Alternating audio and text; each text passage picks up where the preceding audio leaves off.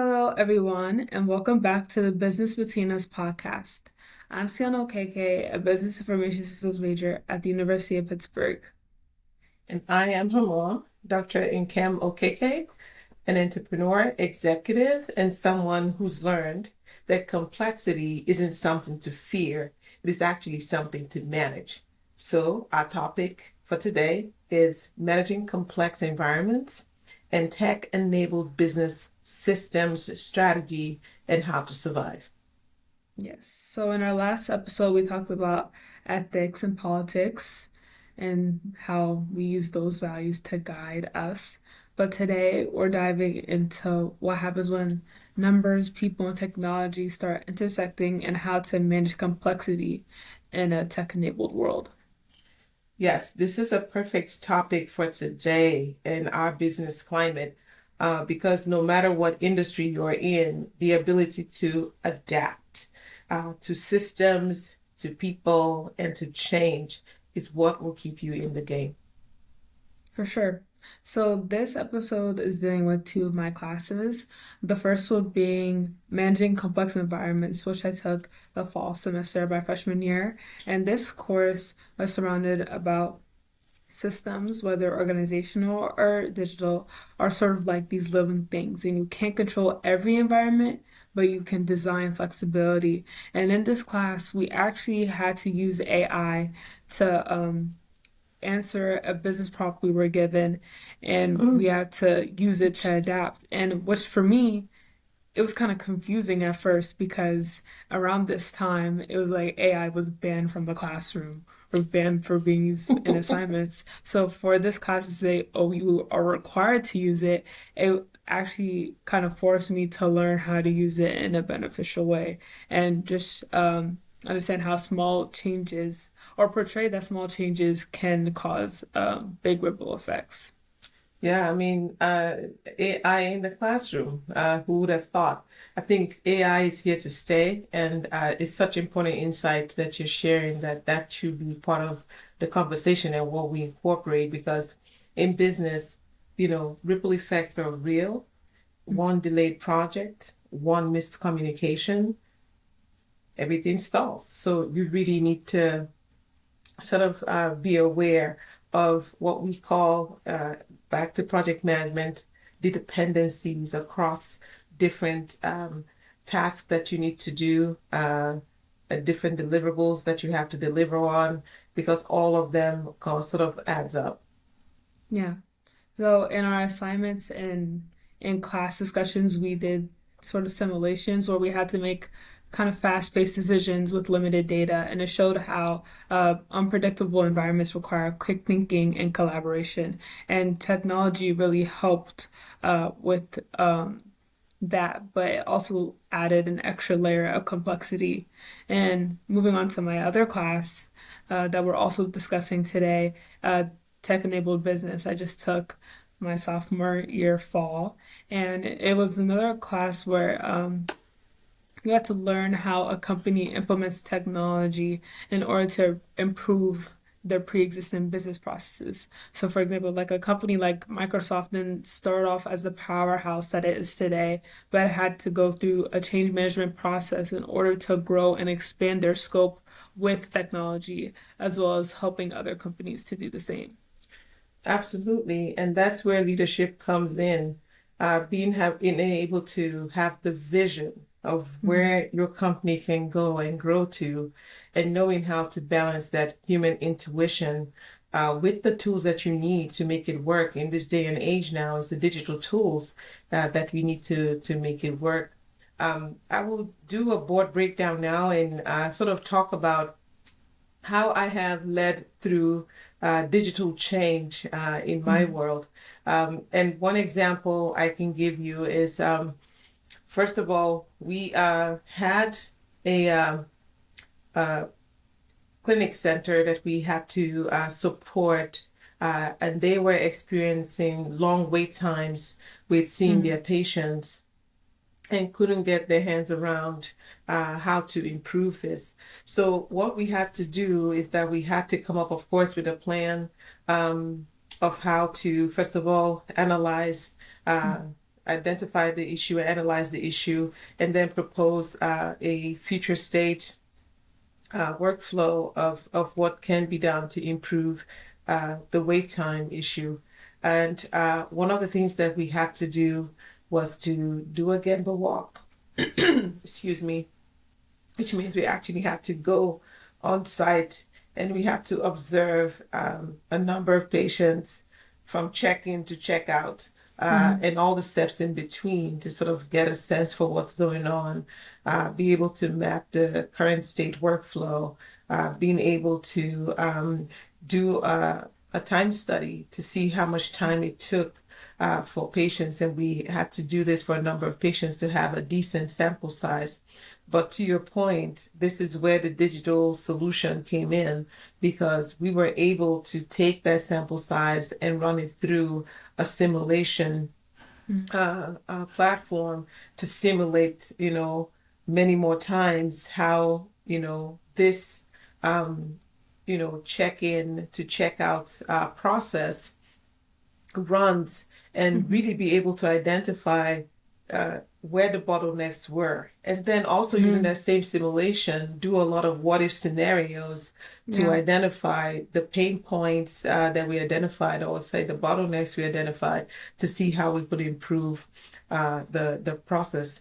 And we were able to now propose a future state workflow to reduce wait time and use that as an example to implement change in that clinic to improve the wait time, which meant that you could see more patients in that clinic and definitely save more lives. So these are the ways that we have to think about the impact of what you're learning in class right now with real world implications. So I'm happy that you even get to have your hands on a simulation platform, so you get it. So just telling you right now that had actually helped to improve access, to save lives and have people come in to see their doctor. Just imagine, and there's so many more real life examples that are out there. So a few years ago, another example, one of my companies decided to migrate to a new cloud-based platform to streamline operations. It sounded like a great move. It will be more automated. We'll have easier access, real-time data, and all that good stuff. But in reality, it was chaos at first. The systems didn't talk to each other. The team was frustrated and productivity dipped even before we knew, what to do about that. So it was really a stressful thing. So the first step we had to take was communicate. We have to gather people together. We had to reframe the problem so that, this was not seen as a failure, but more, it was like a transition, right? We now had to identify pain points. We had to retrain our staff, and we had to make small and measurable improvement week after week after week. And over time, those small wins rebuilt confidence. Back to what I say about the culture in my company being focused on, consistency of purpose, but we're adaptable, flexible, and stay consistent in our pursuit of excellence. So that, of itself was us demonstrating our Kaizen spirit, which is to demonstrate small wins and build confidence back within our group. Well, I feel like that's speaking to what I learned discussing the J resistance curve and how people can even resist even positive change when it feels uncertain and they're not used to it. So it takes a lot to almost help the people build the trust with the system. Yeah, and I think when I understood the power of change management was when I decided to get certified in change management. So I'm a certified change management practitioner as well. And it was important that as I was mastered in project management, at the time that I understood the important side of change, which is the people side of change. Mhm. So I think one of the things that you learn pretty quickly is if you do not have a change management plan that's well implemented, how you're communicating, when you're communicating, who is communicating what to whom, Mhm. then you are really going to miss out on having that adoption level that you need to really have that new change to be properly Mhm. adopted and implemented. Mhm. You have to understand that people go through change through phases. And it's what we famously call the ad car, that you Mhm. really have to, first of all, understand. Are you aware of what's going on? When you're aware of what's going on, then you have the information to then make a decision, which is Mhm. the D. And then when you make a decision, then you now can seek the knowledge that you need for this new change that's coming. And then after that, you can go ahead with that knowledge and hone it to develop the ability to do it. Mhm. And with the last R, you can reinforce. So the acronym Mhm. is ADKAR, ADKAR. It's more popularly known as promoted by ProSci. And, I like that concept because it's good for you to know that every time you say, hey, we're about to, implement a new system or we're about to change our workflow, not only for your organization, but for the clients that you're supporting, once you know that project that you're doing is going to involve change, please Mhm. immediately employ the expertise of a change manager because or make sure that your project manager, project director is trained as well Mhm. in change management because each individual going through that awareness and decision is important because if you jump to training people, which is the K part, and they're not aware of what's going on, they haven't truly decided that, yeah, we're Mhm. on board with this. You can teach me all you want, but it's coming in this ear, it's going out the other ear. Mhm. And then I don't have really the knowledge to be able to go to the next part, which is demonstrating the ability to use my knowledge and make the change Mhm. that you see fit that is needed from the team. So we can do this in another podcast because change management is a fun topic. Mhm. In my organization at Medical Links, it's one of our service offering. We offer change management.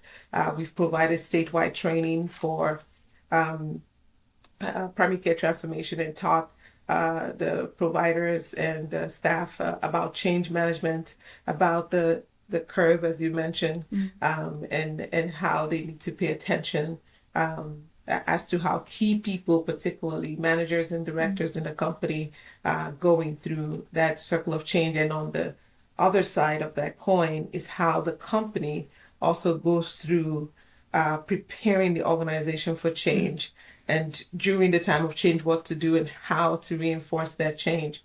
So while all of this is going on, being a leader who understands and promotes change management um, does mean that you are emotionally intelligent because you do understand that the people side of change cannot be ignored. So Mhm. that's why understanding emotional intelligence, being able to apply emotional intelligence is just as good as having a technical know-how to do anything, right? You can't manage complexity with spreadsheets alone. Mhm. And trust me, I find spreadsheets as one of the best tools ever made by Mhm. man because it has a way of making you put that into a matrix of some sort, apply formulas, and begin to make not only complex things clear to Mhm. understand, but begin to see how you can identify patterns or create Mhm. patterns with the data information that you're collecting. So complexities with spreadsheets great from a technical perspective, but you also need to understand empathy and strategy um, as well. So today, the same platform that we struggled so hard to implement has become one of our strongest assets, right? Because Mhm. when you invest in something that you think you want to use in your organization to improve your services or your product, that becomes an asset when it is adopted and used to maximize your profit, right? Mhm. So it streamlined our billing, improved our transparency. It helped us scale efficiently, and we couldn't be happier now. But it didn't come easy. Yeah, that's definitely a lot. And it Yeah. reminds me of what I've learned that companies change for different reasons. Hmm. Like we have core, which is there's a core problem that's affecting our business day to day, and we need to fix it in order to function. And then you have growth, where it's like we're doing okay, but we can do even better. And then vision is like I don't really have a reason to change, but I know I want to be innovative and go past that. And then even different ways to do it, like you said, doing it in phases and making sure you slowly implement it. And I've also learned about the Big Bang, where all at once you just change it. And like we said, with that resistance curve, it could either go great or it could either tank. And it takes a, like, there has to be a period of time afterwards where you have to work at it and make sure that it applies to each person that's working with it, because it's one thing to implement the software, but then if it doesn't work out, then the change was useless at the end of the day. Absolutely. And managing complexity is never an easy thing. It's not about, trying to eliminate the problem. Hmm. Uh, you can't. It's about you designing the systems that you work with to handle Hmm. those problems gracefully and profitably, right? Hmm. So that way you anticipate and that you work in a complex ecosystem all the time. And I think this is also something that we think about when we're trying to hire people into the company.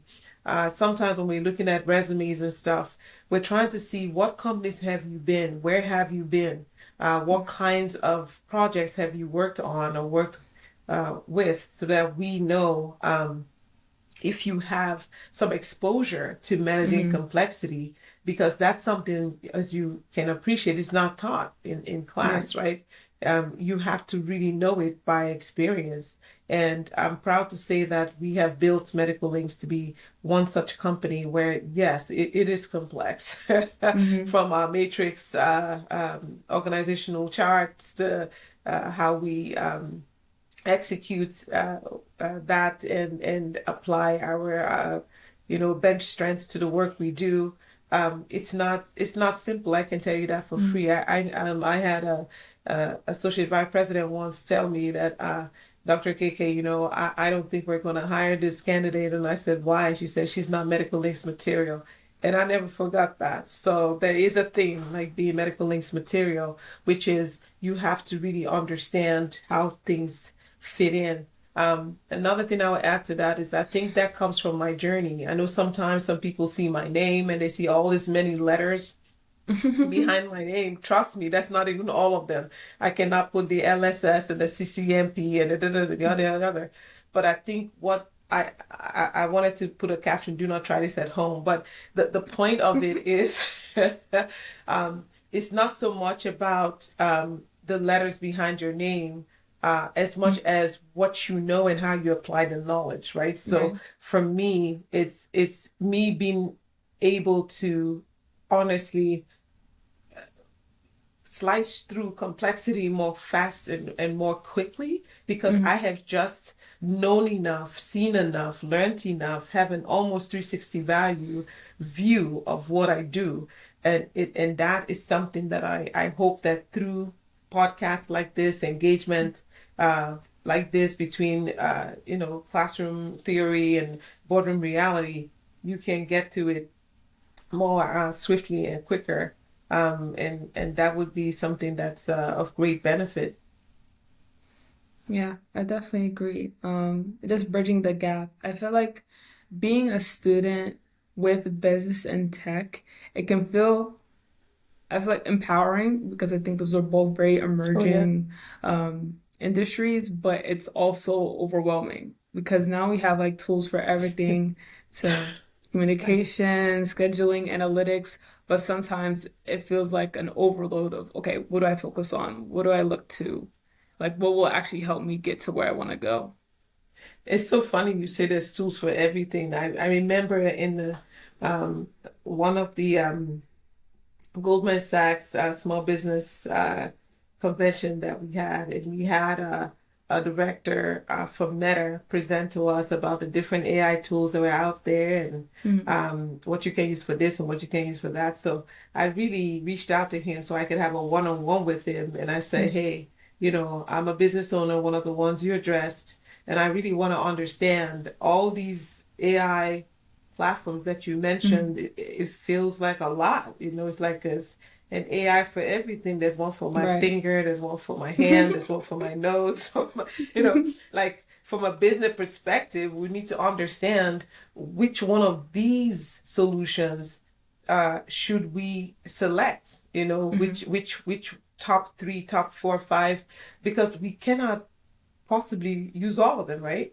Right. And he said, yes, you're right. And I think the advice he gave me that was very insightful uh, was, you know, start with what you do on a daily basis, Mm-hmm. on your projects, in your operations, and then ask yourself, is there anything that I'm doing now that an AI solution application can help me do better? Mm-hmm. And then start applying that. He said, so now you have started by improving what you do, and Mm-hmm. that can open up doors into what you want to, do more of. He said, so if that means having three platforms that you adopt, great. If that means having one that's more comprehensive, great. But at least you're not holding yourself back from improving Mm-hmm. in your efficiencies, which is what is going to set you apart and be a competitive advantage over the other businesses. So I think that was a great advice that he gave me, and I thanked him. His name is Albert, and I thanked him for that piece of information. And that's what we did. We went back, and during our strategic planning, we kind of talked through the different aspects of our operations and Mm-hmm. where we think that we needed to add more, improve our efficiencies. And we're now engaging with our IT team to identify the tools that we can use, and we've applied some of that already and looking into others. So it's been really phenomenal. And I just wanted to share that advice and feedback with you, is that the best way to identify these tools and what to Mm-hmm. use. Learn as many as you can. This is a time for you to do that as a student, right? Mm-hmm. You have access to them through school. You have the time to do them and study them because that's what you are required to do in class or in your courses. But also, as you're doing that, as soon as you get that opportunity to apply that in your internships or in a job, just ask yourself, what am I asked to do, and what tool do I already know or do Mm-hmm. they already have that can make me be more efficient, and start that way. And sometimes it could also be um, a pathway or gateway to your innovation, because here you are using the tool to be effective and efficient with other things. Mm-hmm. But there's this one aspect that you want to be efficient in, but you don't Mm-hmm. know if there's a tool out there. Mm-hmm. So you can search and not find, and you say, hey, how come Mm-hmm. this is not in existence? Let me call a colleague or two of mine, and let's see if we can put our heads together and create that Mm-hmm. AI solution. But now, when you're creating that solution, you'll be so informed, Mm-hmm. uh, well informed, because you've already applied, uh, a lot of other such tools in your day to day, that you kind Right. of know what you're looking for, and you kind of know the baseline you're going to start from and Mm-hmm. things like that. So, yeah, I really feel that that's the way to go. Thank you. That's some really great insight. It's one thing I've learned so far is that in managing and thriving in these complex environments, so to speak, is that you have to prioritize flexibility over perfection and not thinking, okay, I need to know how to use every single tool like the exact same way and be able to speak to it at a high level, but just be able Exactly. to know enough that can help you and then just want to continue to grow. Exactly. And just to piggyback on what you said, you have to also appreciate that um, you have to think about integration as you are Mhm. thinking about these many platforms. if you're not thinking about how they all integrate, you can just have data scattered all over the Mm-hmm. place. And the power of AI, as we know, is the convergence of that, right? Mm-hmm. Not having it all over the place, and they're not even related Connected. Yeah. or connected at all. So that integration uh, does matter when you're thinking about what you're adopting Mm-hmm. as a platform. Remember also, more tech doesn't mean more efficient. It Mm-hmm. has to be strategic, it has to be integrated for it Right. to give you that efficiency you're looking for, and it has to be meaningful. The fact Mm-hmm. that one business is adopting an AI solution doesn't mean that that's what your business needs, right? And Mm-hmm. then the real power lies in alignment, making sure that your tools are serving you, they're serving Mm-hmm. your strategic goals, and not the other way around. Just don't jump Right. again to do what everyone's doing because you think that that's what works. For example, I asked him what he thought about cloning. That, for the podcast or for anything else, I'm thinking, can I clone myself? And he said, you know what? Maybe not. You can try that, you can play that around. He That would said, be but crazy. people still connect with people. People still want that Right. authenticity. So you want to approach that very delicately. And I took that feedback to heart and stuff. So again, flexibility is key. As you mentioned, we've talked about adaptability over and over and over again. So if you hear nothing else from me, Sienna, from this, you have to be adaptable. Mm-hmm. Flexibility is a leadership skill. Technology can help you enhance that, but it definitely cannot replace it. Thank you. Mhm. So now we would like to hear from our listeners how technology has helped you or complicated your work and or your studies. We would really like you to share more with us so we can continue this conversation beyond this particular episode. Yes, whether it's a new platform that changed everything or a digital tool that made your life easier, please tell us your story at our social media handles, TikTok, Spotify, YouTube, Facebook, Instagram at the Biz Between Us podcast, or email us at thebizbetweenus@gmail.com. We also have our personal LinkedIn's at nkmokk and Sian Okeke. So please again reach out to us at the Biz Between Us. Okay, so we'll wrap up with our takeaways. So, Sienna, what was your takeaway? I would say that complexity doesn't necessarily have to mean chaos, but it could be an Yep. opportunity. And the better you understand the systems, like you said, the more you find out what works for you, the more power you have to innovate in your own way. Absolutely. And for me, my takeaway is that leadership in complex environments is about balance Mhm. between the people, process, Mhm. data, and intuition. Again, for me, leadership in complex environments is about the balance between people and processes, the data, and your intuition. The goal is not control, the goal is coordination that Mhm. leads to efficiency. Okay. Well, everybody, this marks the end of this season. It Yes. is, and the next season will be coming up this summer, but between now and then, we will keep engaging with our listeners and sharing short clips about key things and concepts that you liked, comments that you shared.